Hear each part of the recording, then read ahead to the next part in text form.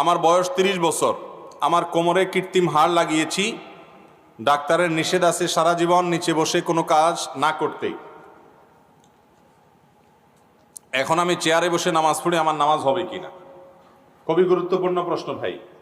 আমরা প্রথমে এই ভাইয়ের জন্য দোয়া করি যে আল্লাহ রাব্বুল আলামিন এই ভাই অসুস্থ আছেন, তাকে যেন শেফা কামেল আজলা দান করুন, বলুন আমিন। যদি কারোর এরকম অসুস্থতা থাকে যে তার কোমরে কৃত্রিম হাড় লাগানো হয়েছে, যার কারণে তিনি বসে কোনো কাজ করতে পারবেন না, ফ্লোরে বসতে পারবেন না, তাহলে এ আল্লাহর বান্দা চেয়ারে বসে বা যেভাবে তার সুবিধা হয় সেভাবে বসে তিনি নামাজ পড়তে পারবেন। যে ব্যক্তি দাঁড়াতে সক্ষম এবং দাঁড়ানো থেকে চেয়ারে বসতে সক্ষম, তাহলে তার দাঁড়ানোর ফরজ আদায় করতে হবে, দাঁড়ানোটা একটা ফরজ।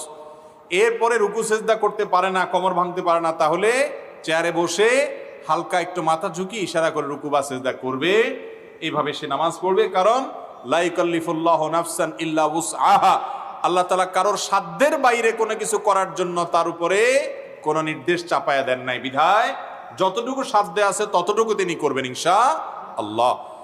কিন্তু আজকাল অনেকে আছেন একটু সামান্য শরীরটা ব্যথা, ভালো লাগে না, একটু কোমর ব্যথা মনে হয়েছে, একটু গায়ে জ্বর জ্বর মনে হচ্ছে, আর চেয়ারটা টান দিয়ে বসে উনি নামাজ শুরু করে দিয়েছেন। আছে না নাই? এরম সাহেব মার্কা নামাজ পড়লে সে নামাজ আল্লাহর কাছে কবুল হবে না।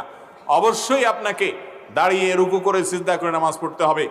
যদি আপনার সক্ষমতাই না থাকে, আপনার ক্ষমতাই না থাকে, আপনি যদি অসুস্থ হয়ে যান, কোনোভাবেই পারেন না, তাহলে সেক্ষেত্রে আপনার জন্য জায়েজ হবে এই যে কোমরে এ আল্লাহর বান্দার হাড় লাগানো হয়েছে, কৃত্রিম হাড়, তিনি অসুস্থ, অতএব তার জন্য তিনি যদি রুকু সিজদা করতে না পারেন, চেয়ারে বসে ইশারা রুকু সিজদা করা জায়েজ আছে।